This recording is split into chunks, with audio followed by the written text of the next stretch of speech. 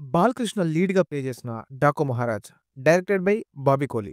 So, 'Daaku Maharaj' movie యొక్క non spoiler review చూద్దాం. అసలు మన బాలయ్య డాకుగా ఎలా మారాడు? అదే 'డాకు మహారాజ్‌గా ఎలా మారాడు? అన్నది మీరు థియేటర్‌లోనే చూసి తెలుసుకోవాలి.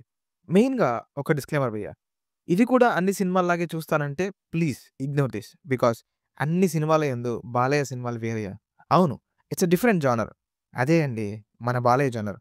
సో, నాకైతే Balayya movies are it's like an vibe. So, I really felt that vibe. ఇంకా పాజిటివ్స్ విషయానికొస్తే one man show. Sorry, one line show అనే చెప్పాలి. చింపి పడేసాడు భయ్యా బాలయ్య అయితే. అండ్ ఇంకా డాక్యూ కాస్ట్యూమ్ అయితే వెరీ గుడ్. నాకైతే చాలా బా అనిపించింది. చాలా కొత్తగా ఉంది. అండ్ మెయిన్‌గా cinematography by Vijay Karthik was outstanding. Visuals అయితే చాలా అంటే చాలా బాగున్నాయి.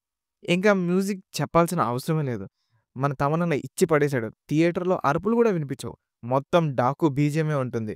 ఇంకా నెగెటివ్స్ విషయానికొస్తే see story was predictable. But screenplay was good.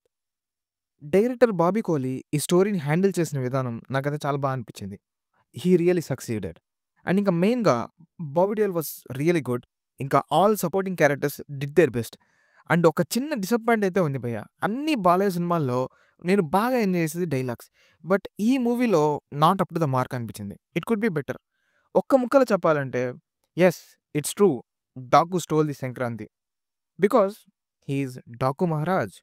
So, మీ ఫ్రెండ్స్ అండ్ ఫ్యామిలీతో వెళ్లి జై బాలయ్య, జై బాలయ్య అని అరుస్తూ enjoy the Daaku Maharaaj in your near theatres.